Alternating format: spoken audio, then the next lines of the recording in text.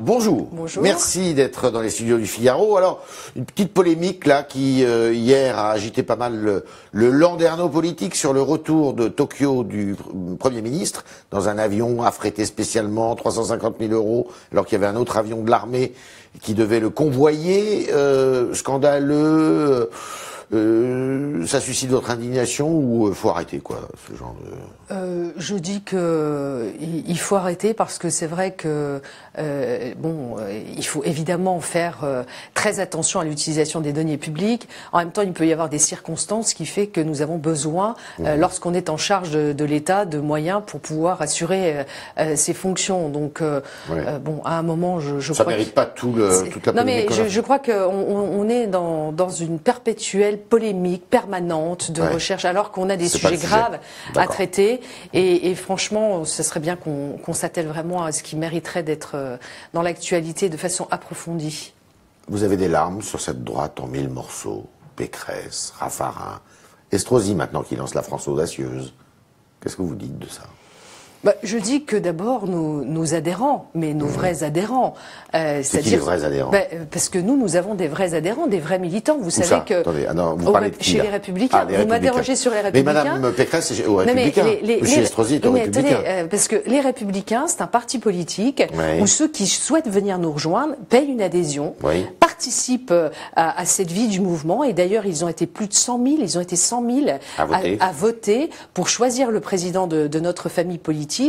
Et donc c'est un beau résultat, c'est une élection qui est sans appel, puisque vraiment Laurent Wauquiez a dégagé une très large majorité avec un score de 74%. Qu'est-ce que vous dites à Christian Estrosi alors qu'il lance la France audacieuse ? Non mais il faut regarder tout ça de près, c'est-à-dire que ces micro-partis dans lesquels en fait vous pouvez adhérer vous, moi je suis journaliste, moi mon parti c'est le Figaro. Vous pouvez adhérer vous ou quelqu'un d'autre simplement avec une adresse mail mais sans payer, vous savez c'est facile.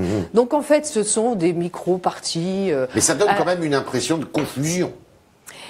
Moi, je dis que par respect pour nos militants, nos sympathisants et par respect pour les Français, on doit pouvoir leur parler clair. Et que toutes les aventures qui consistent à aller marcher seul vers des chemins de traverse... Ce sont des aventures personnelles ? Oui, je le pense. Et quand je regarde... Estrosi, tout ça, c'est des... Mais vous savez, on a gouverné ensemble. On s'est retrouvés dans les mêmes gouvernements. Et quand je lis aujourd'hui l'interview qu'a donnée Laurent Wauquiez dans la presse européenne sur sa vision... de l'Europe, je vois ni Valérie, ni Christian, ni les autres pouvoir diverger sur ce qui a été dit. Donc en fait, sur le fond, on n'a pas de divergence. C'est un bon président ? Qui ? Wauquiez ? Pour votre parti. Je le souhaite, je l'espère. Mais moi, j'ai soutenu Laurent. Alors, parce que vous prenez les prénoms. Alors, Christian, Valérie, Xavier, ils disent droitisation du parti. Ça, on veut pas.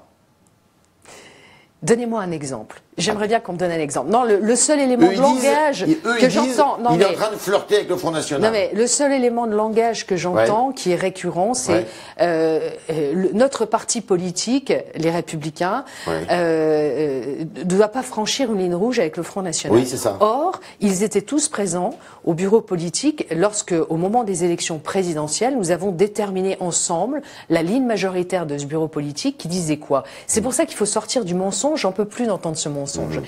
Nous avons dit quoi ? Nous avons laissé la liberté de choix aux électeurs, parce que nous n'avons pas comme ça à imposer des consignes de vote. Et moi, je respecte ceux qui ont voté blanc, que les choses soient claires. Pour ma part, j'ai voté Emmanuel Macron. Mais nous avons... Il aurait pu dire on vote Macron. Mais il qui ? Le bureau politique ? Non, enfin Wauquiez à l'époque. Non, mais le bureau politique. Mais pourquoi dire aux électeurs qu'on leur imposerait de voter Emmanuel Macron, que nous avions combattu quelques semaines avant ? C'est un adversaire politique, Macron, pour vous ? Oui, c'est un adversaire politique. Je ne partage pas sa ligne politique sur beaucoup de sujets. Vous partagez celle de Marine Le Pen ? Il est le président de la République. Non, mais vous m'avez pas laissé terminer ma phrase. Pardon, je voudrais aller jusqu'au bout.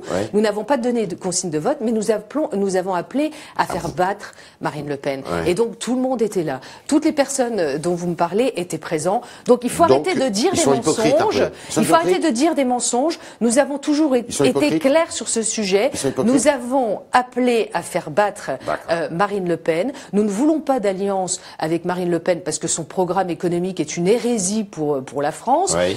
Et on voit bien que si nous ne parlons pas des vrais sujets qui intéressent les Français, notamment le sujet de la question migratoire et de lutte contre l'islam radical, c'est ce qui fait monter partout en Europe les extrêmes. Vous êtes, Nadine Morano, optimiste pour les Républicains?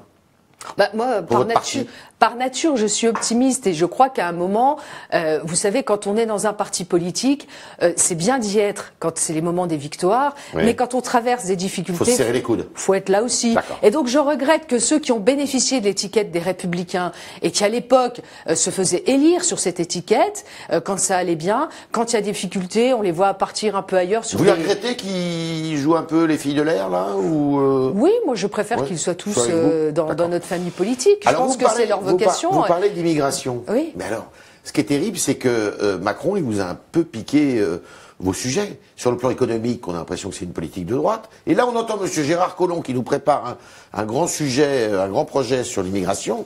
Et on a l'impression d'entendre Nicolas Sarkozy.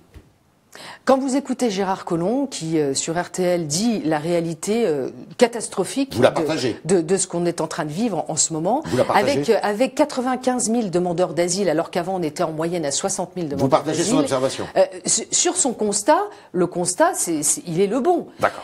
Mais alors vous avez réponse. Le discours. Il dit il faut reconduire tous ceux qui sont en position illégale. Oui. Alors vous avez le discours de Gérard Collomb d'un côté, vous avez la réalité budgétaire de ce que ce gouvernement propose. C'est quoi la réalité budgétaire? Vous allez me dire que 10% du budget des reconduites à la frontière, ça a baissé de 10% ce budget-là. Ah ben oui, évidemment. C'est les éléments de langage non, c'est pas les éléments de langage, pardon. Mais moi j'ai le tableau du budget et quand je vois sur le programme 303 de la mission Asile que sur la lutte contre l'immigration irrégulière, c'est un budget de moins de 6 millions d'euros, rien que sur la lutte contre l'immigration irrégulière. Vous êtes en train de dire qu'il y a des discours et les actes ne suivent pas. Ah ben, c'est-à-dire que vous avez la réalité de ce qu'ils veulent faire d'un point de vue budgétaire. C'est-à-dire que quand vous regardez la ligne de lutte contre l'immigration irrégulière, c'est un budget d'environ 82 millions d'euros, mais la garantie de l'exercice du droit d'asile, on atteint les 1 milliard. Mais est-ce que vous vous rendez compte? Rien que sur l'allocation de demandeurs d'asile, en 2018, c'est 318 millions d'augmentation, c'est 45% de plus par rapport à 2017. Quand vous étiez au gouvernement avec Nicolas Sarkozy, les reconduites à la frontière, c'était pas terrible non plus. Ah bah alors là, je vais vous dire, merci de me poser la question, parce que sur les reconduites à la frontière, on était en 2012 sous Nicolas Sarkozy à 26 812 reconduites à la frontière, alors que là, on est à 17% de moins de reconduite en 2016. C'est le chiffre le plus bas depuis 8 ans. Oui, bah attendez, il vient d'arriver, on peut pas avoir, ça fait 6 mois qu'il est là, pas de budget. On n'a pas, des chiffres annuels. Et donc, on voit bien qu'en fait, il y a la volonté ou le constat dressé par Monsieur Collomb. Et puis, 48 heures après, vous avez le Premier ministre Édouard Philippe qui, sur le même plateau, sur RTL, vient expliquer que, en fait, non, on va pas regarder qui sont en situation irrégulière, mais plutôt qui on peut aider en demande d'asile. Donc, en fait, il vient quasi s'excuser des propos qui sont tenus par ces gens. Donc il y a une incohérence gouvernementale et surtout, Monsieur Tréhard, regardez aussi la majorité parlementaire dont dispose le président de la République, qui est une majorité de gauche, et vous verrez que ce texte sera très difficile à faire passer. Comment vous expliquez que vous avez du mal à vous faire entendre et que lui, il a une popularité, le président de la République, qui est en flèche? D'abord, invitez-nous un peu plus sur les plateaux et puis on verra. Non, quel mauvais procès! Je parle pas de vous. Pas moi, non, mais les autres même aussi. Ah non, mais même les autres aussi. C'est vraiment très difficile aujourd'hui de pouvoir aller s'exprimer. Non, mais si, c'est une réalité. On en parlera. Je donnerai quelques noms. Mais c'est quand même compliqué. C'est quand même compliqué. Des noms. Non, mais franchement, nous, on voudrait. Moi, je suis députée européenne. J'ai été la seule parlementaire française à être allée au sommet Union européenne Afrique. J'ai écouté ce qu'a dit Monsieur Macron Ça lorsqu'il vous s'est convenait, ce qu'il exprimé a au dit Burkina Faso. Non, parce que quand Sur le il dit discours de Ouagadougou. non, parce que quand il dit que le problème de l'électricité de l'université, c'est le problème du président du Burkina Faso, la réalité, c'est qu'on a vraiment besoin, et c'était le grand chantier que voulait lancer Jean-Louis Borloo. Qui l'a fait d'ailleurs, il l'a clos son chantier, oui. Non. Non, bah, enfin, il a mis tout le monde d'accord, et puis maintenant il faut payer, oui, quoi. Non, Hein, mais faut passer à la caisse. il faut arriver à trouver en 10 ans 200 milliards d'euros. Oui, voilà. oui, En oui. 10 ans. Pour électrifier l'Afrique. Oui. Tant qu'on ne fera pas ça, aujourd'hui, un Africain sur 3 seulement a accès à l'électricité. Tant qu'on fera pas ça, ils viendront Attendez, en Europe. on a une pression démographique. Aujourd'hui, vous avez un peu plus d'1 Bien milliard sûr. d'habitants en Afrique. En 2050, la Sont population 2 sera milliards. multipliée par 2. Donc, si on ne fait rien, D'accord. avec en plus la problématique du réchauffement climatique et de cette donnée qu'on essaie de trouver sur les réfugiés climatiques, maintenant on essaye d'avoir on essaye d'avoir, d'un point de vue législatif, ce que pourrait être le réfugié climatique. Mais alors là, ça va être, mais on ne s'en sortira pas. Et les Français, Donc il faut on être en très marre. ferme. Très ferme. Il faut être ferme et humain. Et c'est-à-dire que ceux qui doivent comme le bénéficier, gouvernement, alors, non, parce que eux ne renvoient pas, n'expulsent D'accord. pas, et qu'ils ne créent pas de place en centre de rétention administrative, alors que nous avons besoin de places en D'accord. rétention administrative. Nous devons expulser tous ceux qui n'ont pas Est-ce que vocation vous- à être sur le territoire. Vous vous C'est une souvenez, réalité. Nadine Morano, d'un temps où vous disiez que la France était, reprenant De Gaulle, un pays de race blanche, et que vous aviez failli vous faire mettre dehors de votre Aux parti. racines chrétiennes. Oui. Oui. Vous aviez failli vous faire mettre dehors. De mon parti. Oui, Non, des Républicains. oui, enfin. Même Nicolas Sarkozy, il n'était pas d'accord avec vous. Hein. Il était président du parti à l'époque. Vous vous souvenez de ce temps-là? Ah oui, je me souviens bien, oui, ça m'a valu de ne plus être candidate aux élections régionales, mais Ah, d'être tellement bah soutenue, voilà. mais d'être tellement soutenue par le peuple. Donc vous êtes un drôle de parti quand Et même. par C'est-à-dire que les ce que vous dites électeurs. aujourd'hui, c'est valable, mais ce que vous disiez il y a non, mais 3 ans, c'était pas pardon, valable. Monsieur Traire, je vois pas du tout le rapport. Ah, si. Non, parce que à cette époque-là, enfin, je veux pas revenir là-dessus, parce que franchement, on va pas s'égarer, mais j'avais fait 45 minutes d'émission où je revenais des camps de réfugiés au Liban et en Jordanie. Mais il s'agit et où pas Monsieur de- Moix me disait que la France avait, je disais que je voulais pas que la France devienne musulmane, et Monsieur Moix me disait qu'elle avait vocation que c'était le sens de l'histoire. Ouais. Et donc je rappelais vraiment avez les toujours cette données même crainte historiques. Ah ben, Que la c'est- France devienne musulmane. Non, non, mais c'est-à-dire qu'aujourd'hui, on a un problème avec l'islam. C'est une réalité. C'est une réalité parce que ça n'est pas organisé sur Avec le l'islam territoire. ou l'islamisme? Avec l'islam. Non, on a un problème avec l'islam. D'abord, D'accord. pourquoi? Parce que nous ne sommes pas en capacité d'avoir, et dans les préfectures, vous pouvez téléphoner dans les préfectures, moi je D'accord. voulais qu'il y ait une commission qui puisse recenser dans chaque préfecture les lieux de culte musulmans. Mais pour protéger À les quelle musulmans, fin? Oui, pour les protéger. pour les protéger, et en même temps pour savoir comment elles sont financées et quelles prêches sont faites à l'intérieur de ces D'accord. lieux de culte, voire de ces mosquées. Et tant qu'on n'aura pas réglé ça, alors que nous avons un problème de terrorisme lié à l'instrumentalisation de l'islam, je dis que c'est un problème que nous devons traiter Est-ce en que France. on accuse donc, certains disent, ils portent le parti vers sa droite. Est-ce qu'il faut qu'il change de cap ou est-ce qu'il faut qu'il garde ce cap-là, Laurent Wauquiez?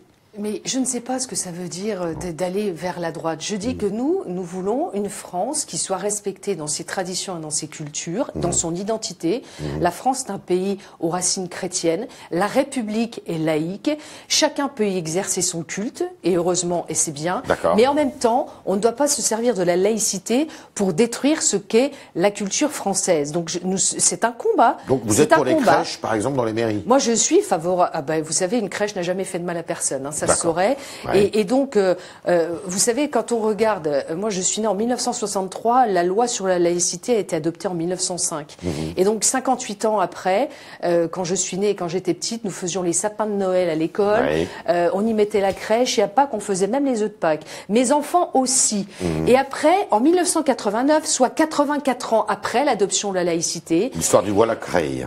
et donc, du coup, avec cette histoire du voile à l'école, nous avons commencé à avoir des problèmes et des tensions. D'accord. Et maintenant, mes petits-enfants sont nés en 2000, dans cette époque-là. Ils en font toujours la 2012. crèche à l'école ou- Et c'est pas ça, c'est que maintenant, ils sont nés avec le terrorisme en France. Et moi, c'est pas la France que je veux, D'accord. ni pour vos enfants, ni pour les petits-enfants de tous ceux qui vivent dans ce pays. Nadine Morano sera-t-elle candidate à sa réélection aux élections européennes Oui. dans 1 an et demi maintenant? Oui, Oui. oui. Sur la liste Les Républicains. Oui, mais moi, Vous pourriez peut-être même la conduire, cette liste. Écoutez, après nous verrons bien, mais moi, je suis très attachée à la construction de l'Union européenne. Je vis dans une région à 3 frontières, Oui. Qui est la Lorraine. Et on sait Votre Europe, c'est celle de Wauquiez, c'est la même? Oui, j'en ai discuté avec Laurent, évidemment.